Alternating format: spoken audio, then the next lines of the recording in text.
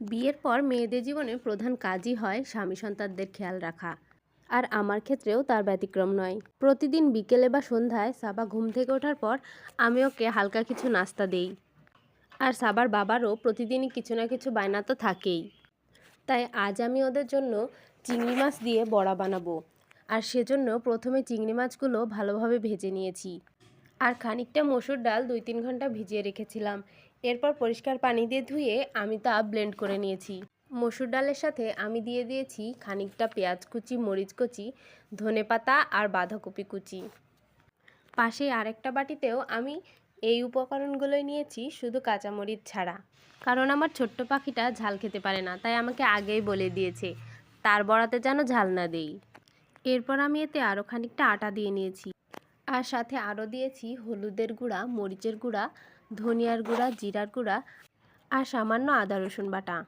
আর স্বাদমতো লবণ দিয়ে মাখিয়ে নেওয়ার পরে এতে আমি ভেজে রাখা চিংড়ি মাছগুলো দিয়ে আবার ভালোভাবে মাখিয়ে নিই।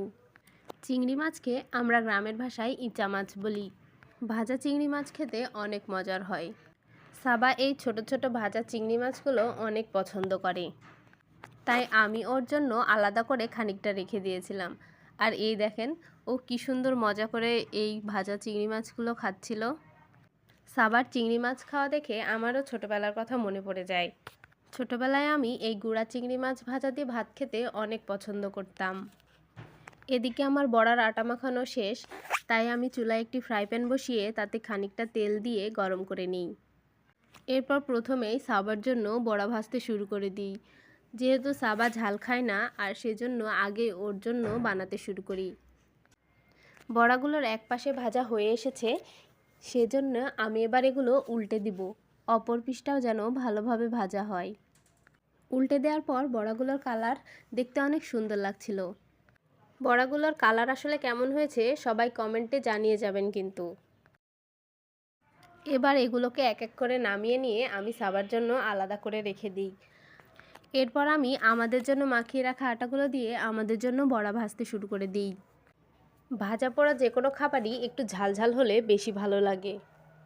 আর এই কারণে আমি আমাদের জন্য বানানো বড়াগুলোতে একটু বেশি করে মরিচ দিয়েছি। আর এদিকে সাবার জন্য তুলে রাখা বড়াগুলো ঠান্ডা হয়ে গেছে। আর দেখেন সাবা কি সুন্দর করে বসে থেকে এই বড়াগুলো খাচ্ছিল। আর এদিকে আমার বড়াগুলো প্রায় ভাজা শেষ হতে না হতেই সাবার বাবাও বাসায় চলে আসে নাস্তা করার জন্য।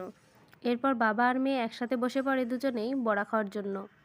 সাবার বাবা ওকে খাইয়ে দিতে যাচ্ছিল, আর অমনি সে বলছিল, তোমাদেরটা ঝাল, আমি তো ঝাল খাই না। সাবার বাবা বড়া খেয়ে অনেক প্রশংসা করছিল। কষ্ট করে রান্না করার পর এরকম প্রশংসা শুনতে কার না ভালো লাগে বলেন। চিংড়ি বড়া কার কার পছন্দ কমেন্টে জানাতে ভুলবেন না কিন্তু।